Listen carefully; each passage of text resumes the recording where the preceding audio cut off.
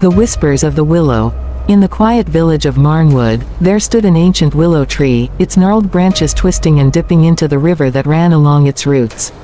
The tree had been there for centuries, long before anyone could remember. Some said it was older than the village itself. To the townsfolk, it was known as the Whispering Willow, for the wind that passed through its branches seemed to carry voices, soft, sad murmurs, like the echo of lost souls. Alara, a young woman of the village, had always been drawn to the willow.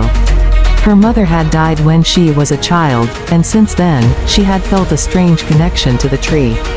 Whenever she visited, the wind seemed to speak to her in comforting tones, like a mother's lullaby. But as the years passed, the whispers began to change. They grew darker, more insistent. One late autumn evening, Alara sat beneath the willow's canopy as dusk began to fall. The air was thick with the scent of decay, leaves rotting into the earth, the river swollen with rain.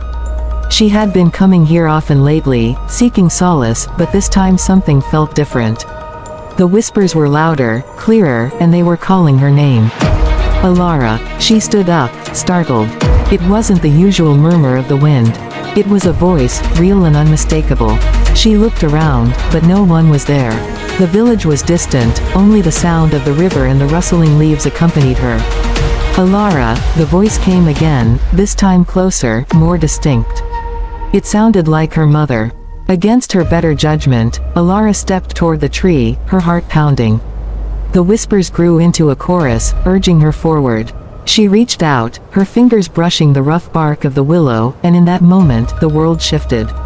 Suddenly, she was no longer standing by the riverbank. She found herself in a shadowy realm, a mirror of the world she knew but devoid of color, as if life had been drained from it. The sky was a dim gray, the river a sluggish black. And there, beneath the twisted branches of the willow, stood her mother, pale and spectral, her eyes hollow but filled with an ancient sorrow. "Mother," Alara whispered, her voice trembling. Her mother reached out a hand. "You shouldn't have come here, Alara. The willow, it binds the souls of the lost. It called me, just as it calls you now."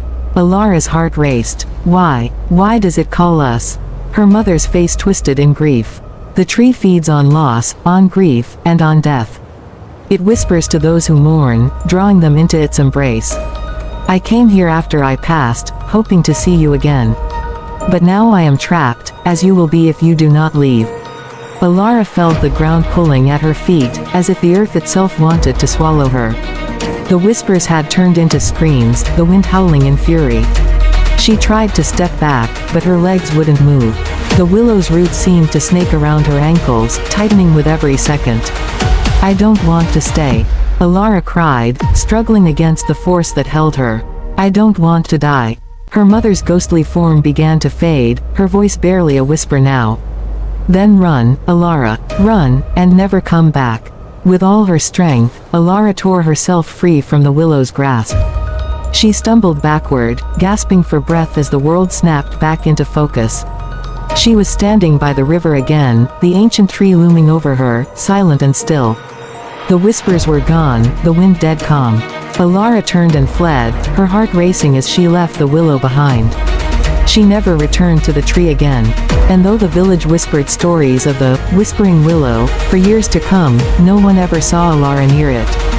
But on quiet nights, when the wind was just right, they swore they could hear the faintest of whispers, calling her name.